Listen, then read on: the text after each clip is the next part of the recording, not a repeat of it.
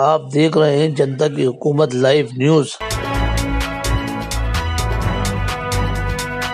कुमार के हिजाब खींचने वाली हरकत पर सपा सांसद का बड़ा बयान। मुरादाबाद से खबर। हिजाब खींचना भारतीय परंपरा नहीं, घोर अपमान है। नीतीश कुमार के व्यवहार पर सांसद रुचि वीरा का करारा हमला। रुचि वीरा का सवाल, क्या नीतीश कुमार का मानसिक संतुलन ठीक नहीं है? काबिल बेटी के अपमान पर चुप्पी शर्मनाक। बुलडोजर का तेल खत्म हो गया या ड्राइवर भाग गया? नकली कफ सिरप कांड पर योगी सरकार को रुचि वीरा ने घेरा।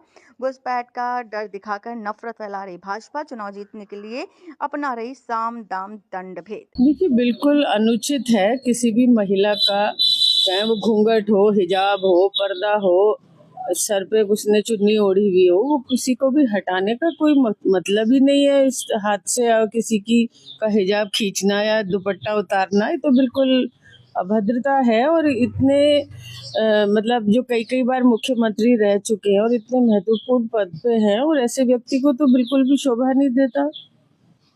ये भी बात सामने आ रही है कि महिला जो है उन्होंने रिजाइन कर दिया है नौकरी से।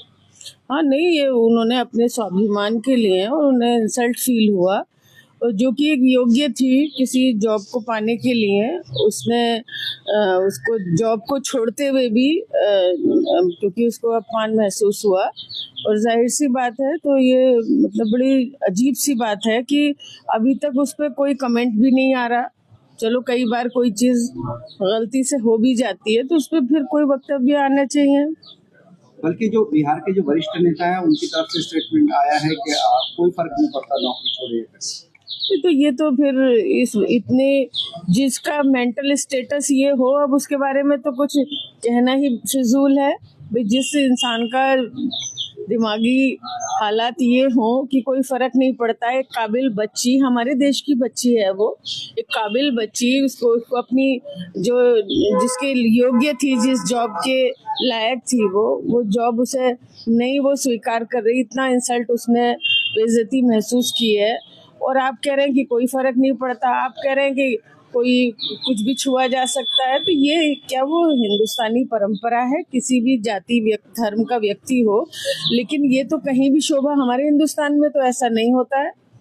मैम, मुख्यमंत्री योगी आदित्यनाथ जी का बयान आया है कि कोडिंग कपूर मामले में जो गिरफ्तारियां हुई हैं उनके समाजवादी पार्टी से संबंध उजागर, तो ये कोई नई बात नहीं है कि हद तक ये माफिया गैंग के समाजवादी संबंध कुछ हुए। क्या कहेंगे इसको लेकर? देखिए, 11-12वां साल तो केंद्र में चल रहा है सरकार को, और 9वां साल शायद 9 पूरे ही हो गए यहाँ उत्तर प्रदेश में चल रहा है।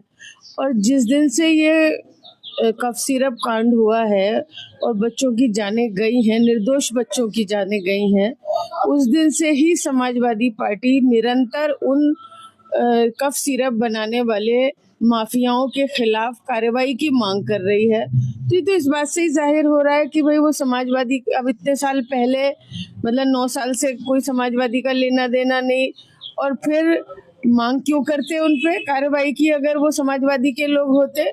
और सबसे बड़ी बात ये है कि योगी आदित्यनाथ जी वैसे बुलडोजर बाबा के नाम से जाने जाते हैं। अब पता नहीं चल रहा कि उनके बुलडोजर का तेल खत्म हो गया या उनका ड्राइवर भाग गया, जो अब बुलडोजर नहीं चल रहा, बुलडोजर की कार्रवाई नहीं हो रही। दोषी दोषी होता है। जिसने इतने निर्दोष बच्चों की जानें ली हैं, जिस कफ सिरप ने, उन लोगों को छोड़ने का कोई मतलब नहीं है। हम मांग करते हैं, हमारे राष्ट्रीय अध्यक्ष बराबर मांग कर रहे हैं कि उन पर सख्त से सख्त कार्रवाई होनी चाहिए। प्रधानमंत्री जी ने कहा है कि बंगाल में घुसपैठियों को टीएमसी का तानाशाह प्राप्त है और बंगाल को जंगल राज से मुक्त होना होगा। क्या कहेंगे? देखिए, ये तो जो घुसपैठियों की बात कर रहे हैं, ये तो एक मतलब एक डराने के लिए, एक भय का माहौल बनाने के लिए, एक नफरत पैदा करने के लिए इस तरह की चीजें उन्हीं। वो तो उत्तर प्रदेश में भी डिटेंशन सेंटर बना रहे हैं। यहाँ कौन सा टीएमसी का संरक्षण प्राप्त है? यहाँ तो भाजपा की सरकार है, यहाँ डिटेंशन सेंटर की क्या जरूरत आ गई? ये तो सब जगह ऐसे ही कर रहे हैं। अभी तक इन्हें कहीं कोई घुसपैठिए मिल नहीं रहे हैं। ये सिर्फ और सिर्फ जो गठबंधन का वोट है उसे कम करना चाहते हैं, क्योंकि जो पिछले दिनों 24 में इलेक्शन हुए उसमें जो सीटें गठबंधन ने जीती हैं, विपक्ष ने जीती हैं, समाजवादी पार्टी ने जीती हैं, उन सीटों पे वोट किस तरह से कम करे।